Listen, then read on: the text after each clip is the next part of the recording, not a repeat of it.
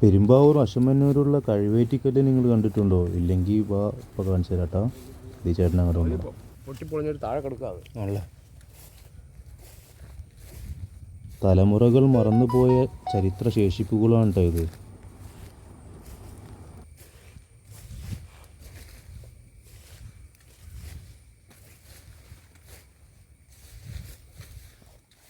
ആരും നോക്കാനില്ലാതെ ഒരു മൂലയിലേക്ക് വലിച്ചെറിഞ്ഞപ്പെട്ട് കാട് പിടിച്ച് കിടക്കുകയാണ്. ഇതാണ് കഴിവേറ്റിക്കല്ല്. പഴയ രാജഭരണകാലത്തും ജാതി വ്യവസ്ഥ അതിരൂക്ഷമായിരുന്ന കാലഘട്ടത്തിൽ അടിച്ചമർത്തപ്പെട്ട ജനങ്ങൾക്ക് മേൽ അടിച്ചേൽപ്പിക്കുന്ന അതിക്രൂരമായ ശിക്ഷാരീതിയായിരുന്നു കഴിവേറ്റിക്കല്ല്. കഴിവേറ്റുക എന്ന് പറയും.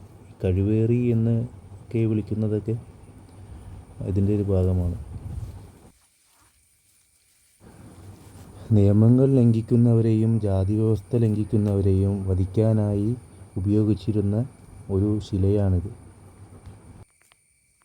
രാജാവിൻ്റെയോ ജന്മിമാരുടെയോ ഉത്തരവ് പ്രകാരം ഒരാളെ കഴിവേറ്റി കഴിഞ്ഞാൽ ആ സ്ഥലത്ത് ഇത്തരം കല്ലുകൾ വയ്ക്കുക ഒരു പതിവായിരുന്നു. ഈ കല്ല് കാണുമ്പോൾ ആളുകൾക്ക് ഭീതിയും നിയമത്തെ ഒരു പേടിയും തോന്നാൻ വേണ്ടിയായിരുന്നു അത്. ചങ്ങനാശ്ശേരിയിൽ ഇതേപോലെ തന്നെ ഒരു കഴിവേറ്റിക്കല്ല് കണ്ടെത്തിയിട്ടുണ്ട്. അതും വളരെ പ്രാധാന്യം അർഹിക്കുന്നതാണ്.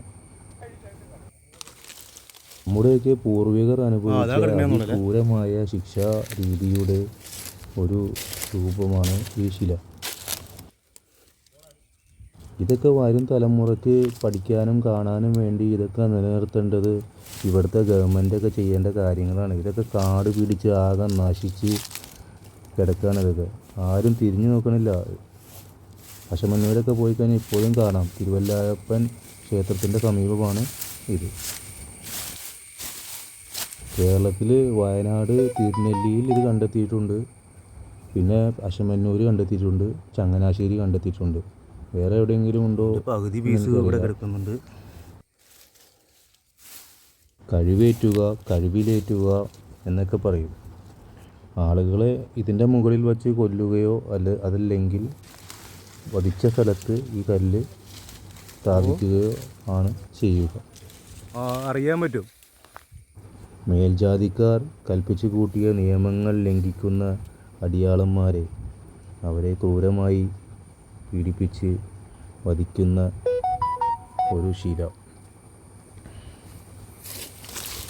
ഇതൊക്കെ സംരക്ഷിക്കണം. ഇതല്ല പറഞ്ഞ കല്ല്. സർക്കാർ ഇതൊക്കെ എന്തിനൊക്കെ ചെയ്യണം. വരും തലമുറ ഇത് കാണണം, പഠിക്കണം. അതിനു വേണ്ടി ഇതൊക്കെ ചെയ്യണം. ഈ ഭാഗത്തൊക്കെ അതുണ്ട്.